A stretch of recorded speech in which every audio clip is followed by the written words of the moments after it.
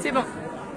Non, la conf elle était au repas avec le Premier ministre. J'ai pu directement lui parler de la problématique de la FCO8.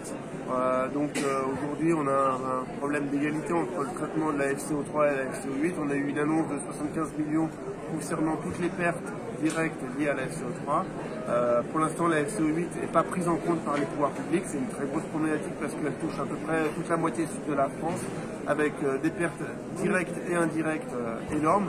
Et pour l'instant, on a des éleveurs qui sont dans une totale insécurité économique parce qu'ils ne savent pas comment ils vont pouvoir faire face aux pertes qu'ils ont eues. Donc là, le discours qu'on a tenu, c'est de dire qu'il faut absolument qu'il y ait une égalité de traitement FCO3, FCO8.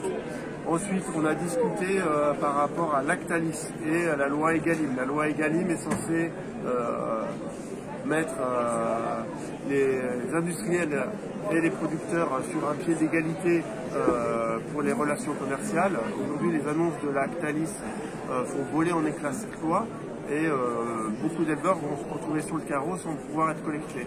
Donc, le Premier ministre m'a affirmé qu'il avait rencontré le numéro 1 de Lactalis.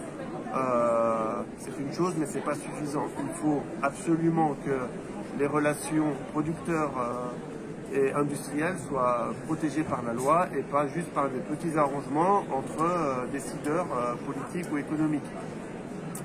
Et ensuite, on a traité des accords de libre-échange, notamment du Mercosur, et des clauses miroirs.